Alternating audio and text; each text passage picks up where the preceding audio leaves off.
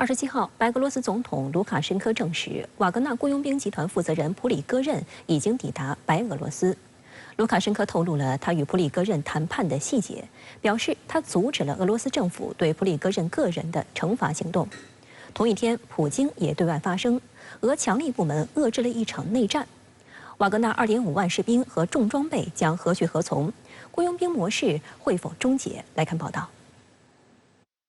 据美国有线电视新闻网报道，商业卫星图像显示，两架序列号分别为 RA02795 和 RA02878 的飞机停在白俄罗斯首都明斯克郊外马楚利西空军基地的停机坪上。根据测量分析，两架飞机是在过去24小时内抵达的，与瓦格纳雇佣兵集团的负责人普里戈任有关的飞机尺寸相符。飞行数据平台的航班跟踪数据则显示，飞机是在当地时间上午8点左右降落在明斯克附近。两架飞机在着陆前都关闭了应答器，从而模糊了其确切的着陆位置。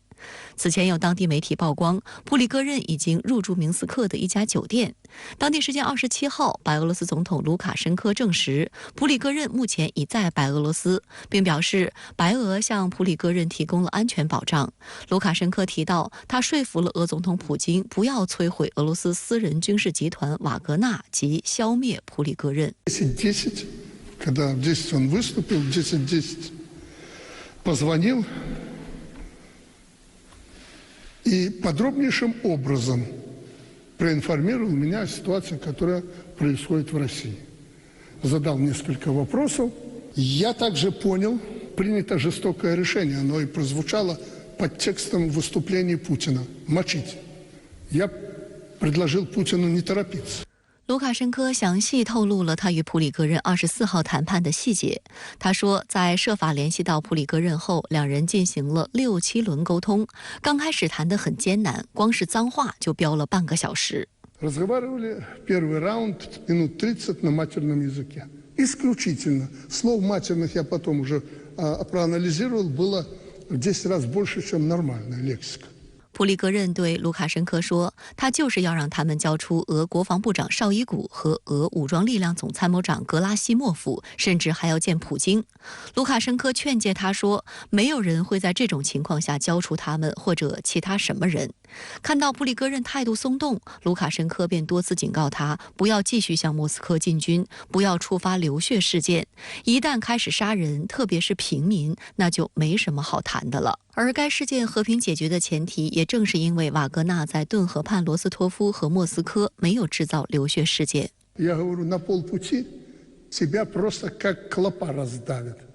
卢卡申科还补充说到了普里戈任和绍伊古不对付的性格原因。добавить, что он человек такой, как и Шойгу, у них характер одинаковый. И очень импульсивный, вот и началось. 另据白俄罗斯政治分析家、主持人瓦季姆·吉金透露，尽管对谈判的可能性持怀疑态度，但普京最终还是同意由卢卡申科出面进行调解。吉金说，当白俄罗斯总统打来电话时，普里戈任立即接了电话。那么对于这个瓦格纳来说，他也需要一个类似于第三方的应该至少让这个瓦格纳的上层跟基层这些不愿意参与俄军的人员感到相对比较安全，既不会受到这个西方也不会受到俄罗斯的这种追讨的一个地方。所以从这个角度来看呢，卢卡申科和白俄罗斯几乎是一个唯一的选择。车臣阿赫马特特种部队指挥官阿拉乌基诺夫也在接受采访时披露了更多瓦格纳事件发生的细节。他说，阿赫马特部队部分士兵所处地点曾距瓦格纳部队仅500米至700米，且已为任何结果做好准备。但后来俄国防部要求该部队不要触发武装冲突。与瓦格纳不同的是，阿赫马特特种部队并不是私人武装，但阿赫马特不接受俄罗斯国防部的直接指挥，而是听命于车臣领导人卡德洛夫。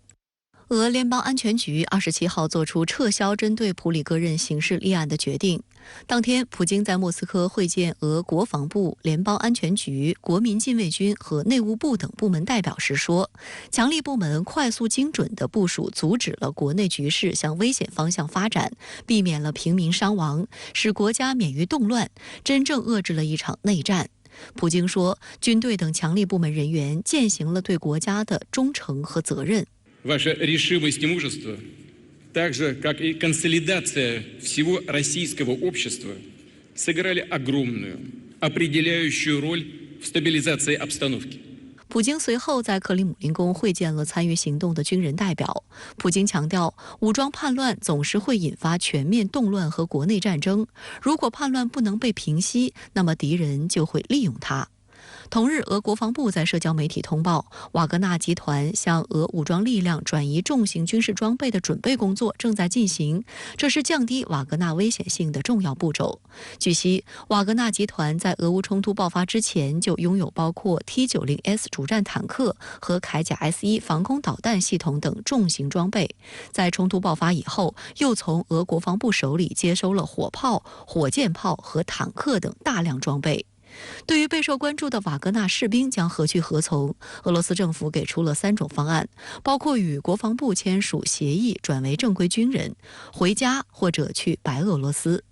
按照普里戈任的说法，发生武装叛乱时，瓦格纳总兵力多达2.5万人，但外界认为这一数字并不确切。按照美国情报部门的信息，今年春季瓦格纳达到顶峰时约有5万战士，其中包括6000名核心人物及2万至3万名前囚犯。但在巴赫穆特一战中，瓦格纳损失较大，加上他们目前与囚犯的合同都已终止，现在人员规模外界难以获知。我们说从私人军事承包商或者私人军事公司的角度，它理论上讲应该是轻步兵。所以其实对于瓦格纳来讲，瓦格纳现在的这个状态啊，很多人认为他的这个兵力超过5万人，而且有大量的重装备，甚至我们说有航空兵。那么这个本身就不是一个正常的状态。那么现在来看呢，它要回归到正常状态。由于瓦格纳武装叛乱产生的严重政治后果，有不少猜测认为，俄罗斯将取消私营军事集团这种特殊的雇佣军模式。不过，俄国家杜马国防委员会主席安德烈·卡尔塔波洛夫认为，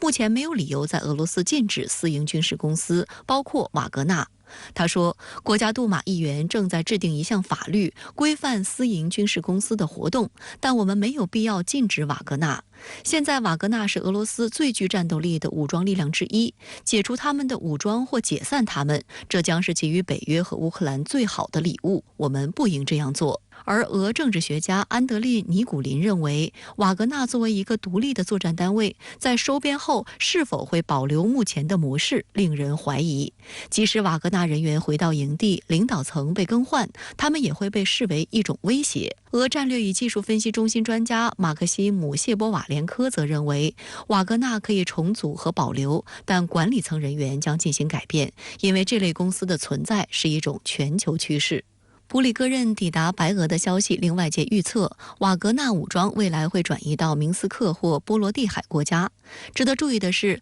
白俄罗斯总统卢卡申科日前表示，如果瓦格纳雇佣兵想和他们的领导人一样来该国，他们将获得一个废弃的军事基地，有围墙，一切都可以用，搭起你们的帐篷吧。北约国家对此十分紧张。波兰总统杜达就表示，瓦格纳部队迁移到白俄罗斯对波兰而言是坏消息。立陶宛也表示将在边境地区增兵。北约秘书长斯托尔滕贝格则表示，北约已做好抵御任何威胁的准备。瓦格纳移动到白俄罗斯，未来呢，这个继承瓦格纳遗产的相关的私人军事承包商也好，或者叫私人的安保公司也好，会不会在白俄罗斯的土地上去策划一些行动，很有可能被西方认为是一个排头兵。因为同样的，北约也会用自己的私人军事承包商来去作为一些，比如针对俄罗斯和其他国家的一些不能上台面的任务的一个掩护。